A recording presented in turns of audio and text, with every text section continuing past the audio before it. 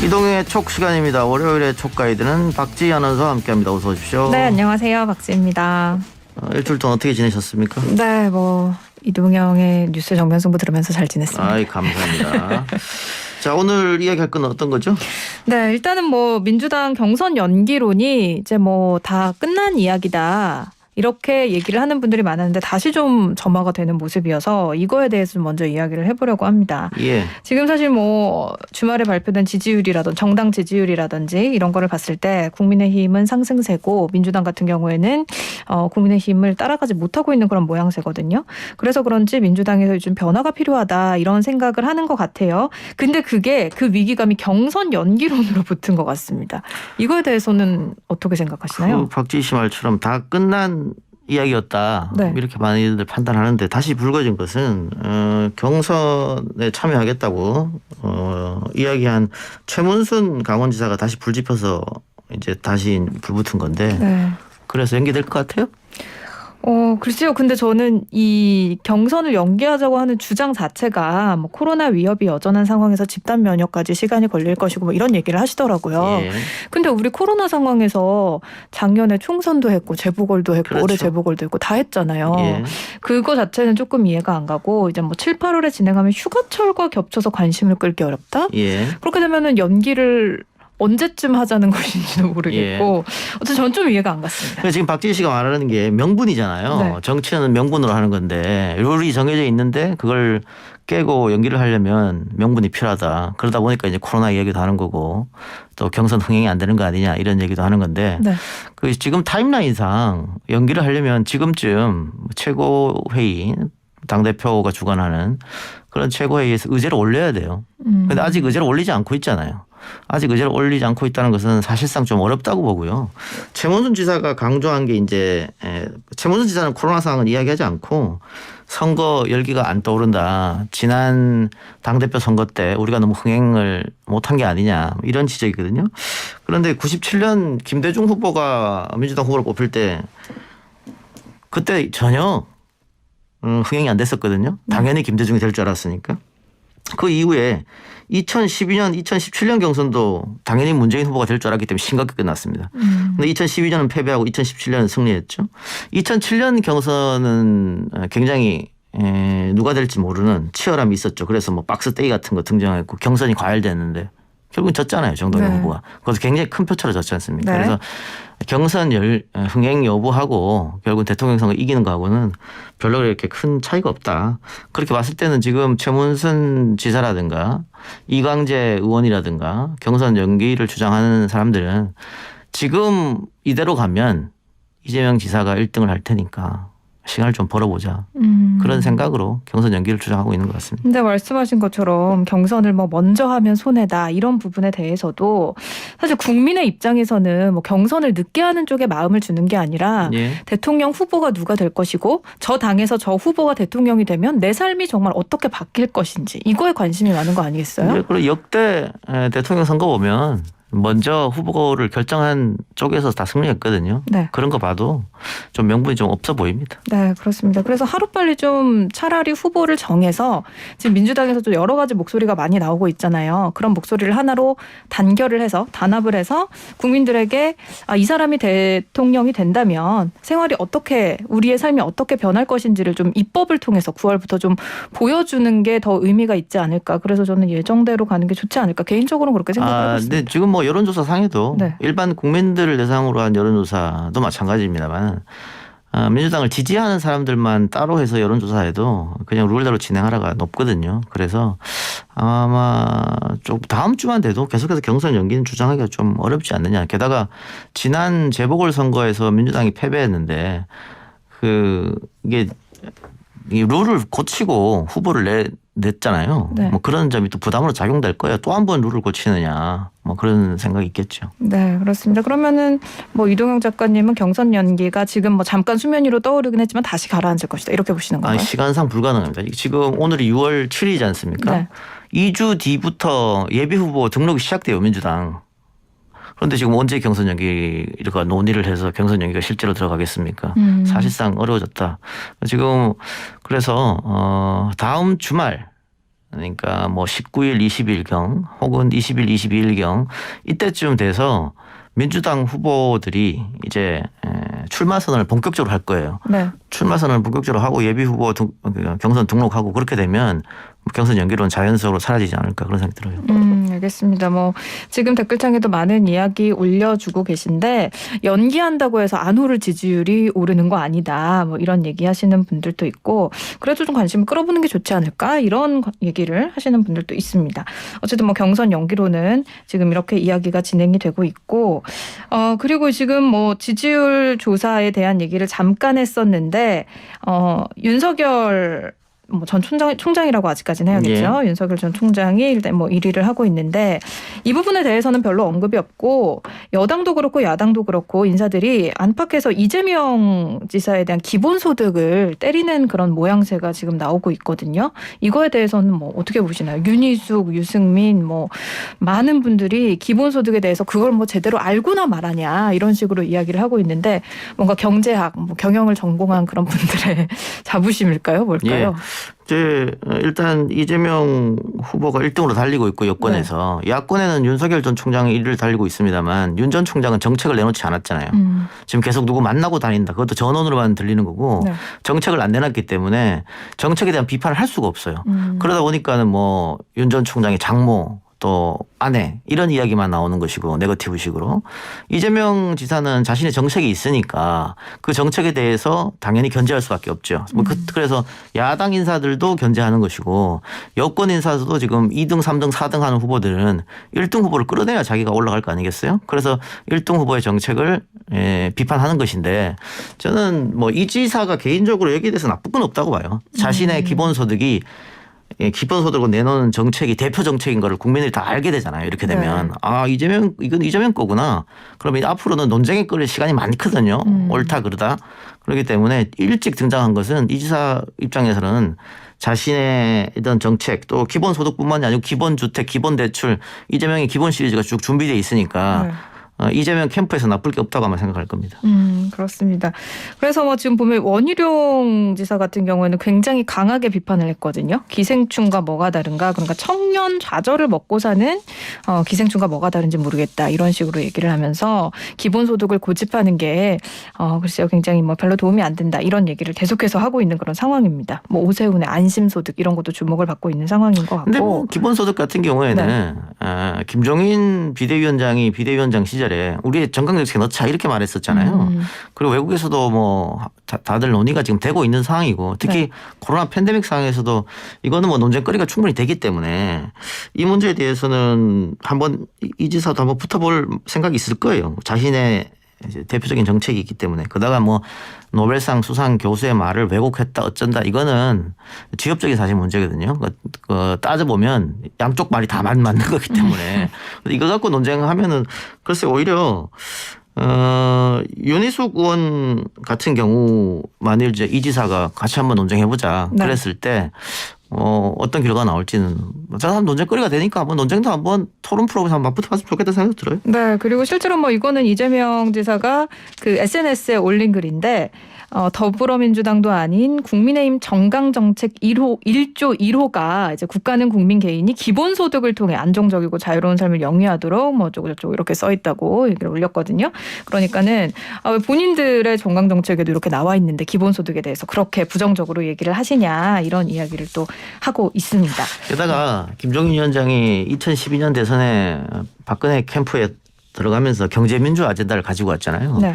근데 경제민주 아젠다는 원래 이제 진보 쪽 아젠다였는데 그것을 김종인 위원장이 탁 낚아챘어요. 그리고 박근혜 당시 후보가 그걸 받아들였고 물론 뭐 대통령 돼서 뭐 경제민주화를 정책을 지켰다 그렇게 말할 수는 없죠. 김종인 위원장하고도 결별했으니까. 네. 그렇지만 그 아젠다를 갖고 갔기 때문에 선거에서 승리할 수 있는 원인이 됐단 말이에요. 근데 제가 지금 이 말씀 왜 드리냐면 기본소득 문제도 원래는 진보의 아젠다였거든요. 근데 지금 민주당 내에서 다른 대권 주자들이 상당히 강한 톤으로 기본소득을 비판한단 말이에요. 네. 그럼 만일 이재명 지사가 경선에서 1위가 되면 이거를 자신의 정책으로 밀어붙일 거 아니에요.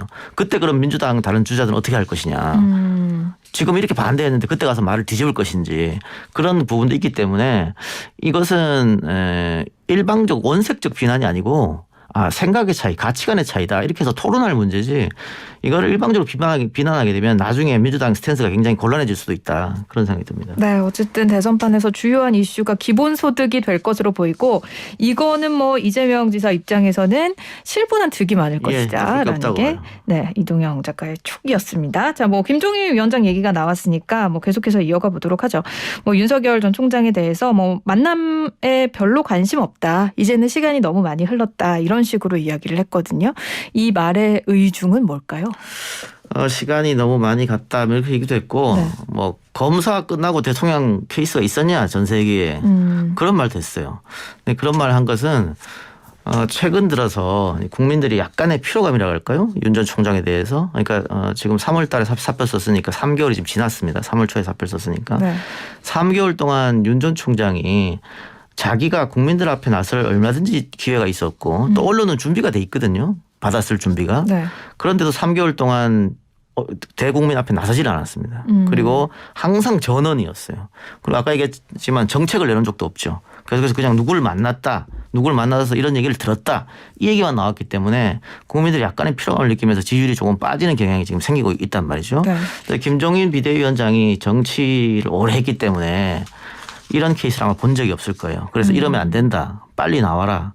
이런 우회적 비판이 아니었나 그런 생각이 들고 네. 뭐 오늘 한겨레 신문에서도 윤석열은 입이 없나 왜 말을 하지 않느냐 뭐 그렇게 됐는데 윤 전 총장 이제는 선택할 때입니다. 계속해서 이렇게 전원으로 신비주의 컨셉으로 이렇게 가면 안 돼요. 그러니까 우리 국민들은 지도자를 뽑을 때 자신의 말에 책임질 수 있는 사람을 뽑거든요. 근데 뭐 10원짜리 장모 얘기했다가 논란이 되니까 나는 그런 말 한 적 없다. 와전됐다 그렇게 또 뺐잖아요.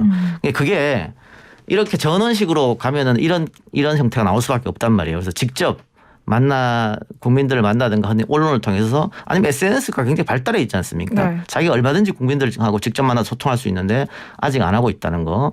게다가 우리 언론이 지금까지는 윤 전 총장에 대해서 비판적 기사보다는 호의적 기사를 훨씬 많이 써줬습니다.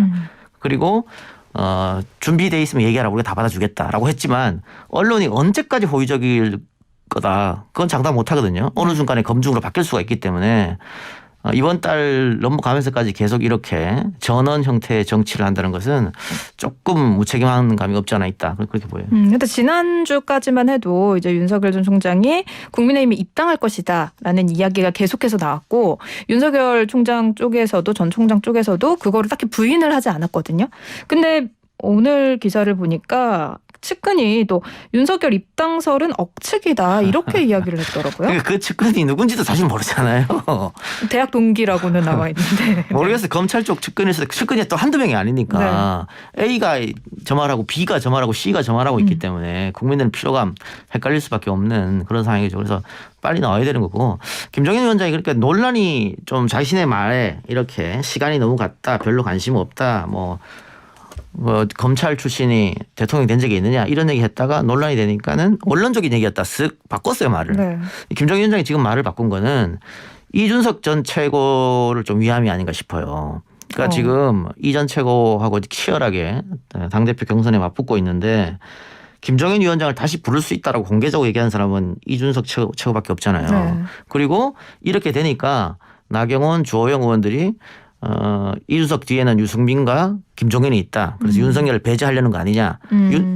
김종인의 워딩을 봐라. 윤석열을 배제하려고 그랬는데 지금 이준석과 짝짝꿍해서 이런 하는 거다라고 음모론을 제기하고 있단 말이죠. 네. 그렇기 때문에 김종인 위원장이 계속해서 윤석열 전 총장을 디스하게 되면 그 음모론이 맞아 들어가기 때문에 이준석한테 마이너스 될 수밖에 없죠. 그래서 오늘 살짝 말을 바꿨다. 그렇게 보여져요. 그렇습니다. 뭐 김종인이 사실상 이준석을 지지했다 이렇게 얘기를 하셨는데 그러면 이준석 후보가 만약에 당대표가 되면 김종인 위원장이 다시 국민의힘으로 갈 수 있다고 보시나요? 아니 이전 최고가 받아들일 수 있다 그랬잖아요. 그러면은 홍준표 김종인이 한 배를 타고 가야 되는데 가능한가요? 그래서 이제 중진들 이야기 지금 후보로 출마한 중진들 나경원 주호영은 이준석 후보가 당대표가 되면 당이 분란이 온다. 시끄러진다. 뭐 바로 그런 말이거든요. 그러니까 김종인 오면은 홍준표가 복당하면 또 당연히 분란이 일어날 테고 다툴 수밖에 없잖아요.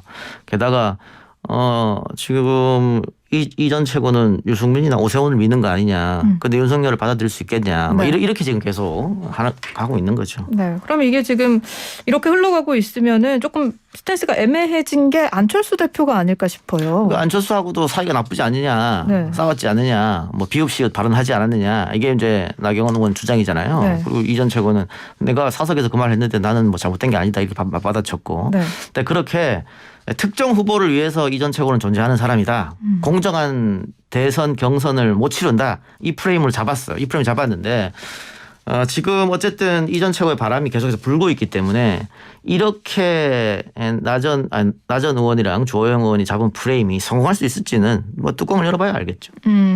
이동영 작가님은 어떻게 예상하시나요? 저요? 네. 저는 하루하루 바뀌어요. 네, 매일매일 답이 바뀌시는 것 예. 같은데. 네, 어쨌든 근데 뭐 사실 지금 이준석 후보의 바람이 무서운 건 맞습니다. 그 대구 경북에서도 지지율이 계속해서 높게 나오고 있거든요. 사실 뭐 박근혜에게 감사하지만 그 탄핵 자체는 정당했다. 이런 식으로 세게 발언을 했음에도 불구하고 그 바람을 과연 나경원, 주호영 이 두 사람이 이길 수 있을 것인가. 이거는 뭐 초미의 관심사인 것 같긴 해요. 그래서 이준석 바람이 부는 게 바로 이런 거예요. 네. 그러니까 대구의 또 보수의 심장 대구에 가서 또 박근혜 전 대통령의 지지율이 가장 높은 대구에 가서 내가 박 전 대통령한테 도움 받았지만 탄핵은 잘 된 거다. 그리고 뭐 대통령에게 사면권이 안 하겠다. 이렇게 정면 돌파하잖아요. 네. 이게 이제 젊은 정치인의 이야기다 이런 거죠. 근데 반대로 민주당의 젊은 정치인들 같은 경우에는 조국 장관 때문에 뭐 지난 재보궐에 졌다 이렇게 얘기했다가 문자 폭탄 맞고 민주당 지지자들이 굉장히 항의하니까 발을 또 쓱 뺀단 말이에요. 네. 그러니까 그게 과연 그러면 젊은 정치인이고 소신이 있느냐 이게 비교되는 거예요. 그러니까 대구에 가서 내가 손해 볼 걸 각오하고도 그냥 얘기해 버리잖아요. 뭐 이런 스탠스. 그래서 이전 최고의 바람은 이제는 그 바람에 자신감이 좀 붙은 것 같아요. 그래서 네. 이렇게 이야기해도 내가 승리할 수 있겠다 이런 생각을 했는데 민주당 초선들도 사실은 뭐 나이만 젊다고 해서 젊은 정치하는 건 아니잖아요. 그 생물학적으로 젊은 거지. 생각이 젊어야죠. 그렇습니다. 생각이 네. 젊어야 되니까. 예. 그래서 어떻게 정치는 세력이거든요. 지금 민주당 젊은 초선 의원들 중에 자기 입안의 세력을 갖고 있는 정치인이 보입니까? 근데 어쨌든 이준석은 2030 남성들의 세력을 등에 업었어요. 어쨌든 세력이 있어야 됩니다. 그게 네. 지역적 세력이든 뭐 세대적 세력이든 성별적 세력이든 세력이 있어야 되는데 민주당 초선 의원들은 그런 세력이 안 보인다. 그런 점에서 좀 반성할 부분이 있고 또 이전 최고가 또 자신의 SNS에 민주당 초선 의원을 비롯해서 젊은 정치인은 희망이 있다. 뭐 박수를 보낸다. 국민이보다 낫다. 이런 얘기했고 김당국 의원이 거기 호응해서 뭐 보수 쪽에도 많다 또 이렇게 했거든요. 저는 뭐 그런 젊은 정치인들이 그렇게 왔다 갔다 하는 것은 나쁘지 않다고 봅니다. 네, 그렇습니다. 젊은 정치인들의 목소리가 더 많이 커져야 하고 그거를 바라는 게 또 우리 국민들이 정치를 바라보는 그 시선이 아닐까라는 생각이 듭니다. 네, 지금 뭐 동접자 수도 굉장히 많고 이동영의 촉 아주 흥하고 있네요. 예. 지금 뭐 동시간대 다른 방송보다 네. 한 10배 이상 많이 보고 있습니다. 네. 여러분들의 성은 고맙게 생각하고 자, 근데 요즘 젊은 정치인 젠더 이야기가 많으니까 네. 방송에 나오는 여성 평론가가 없어요, 사실은. 지금 뭐 TBS 진행한 이승원 씨. 네. 그리고 또 잘 모르겠죠. 박지희? 그러니까 예. 전에 뭐 강선우 의원이 전에 국회의원 하기 전에 활동을 했고 하지만은 네, 네.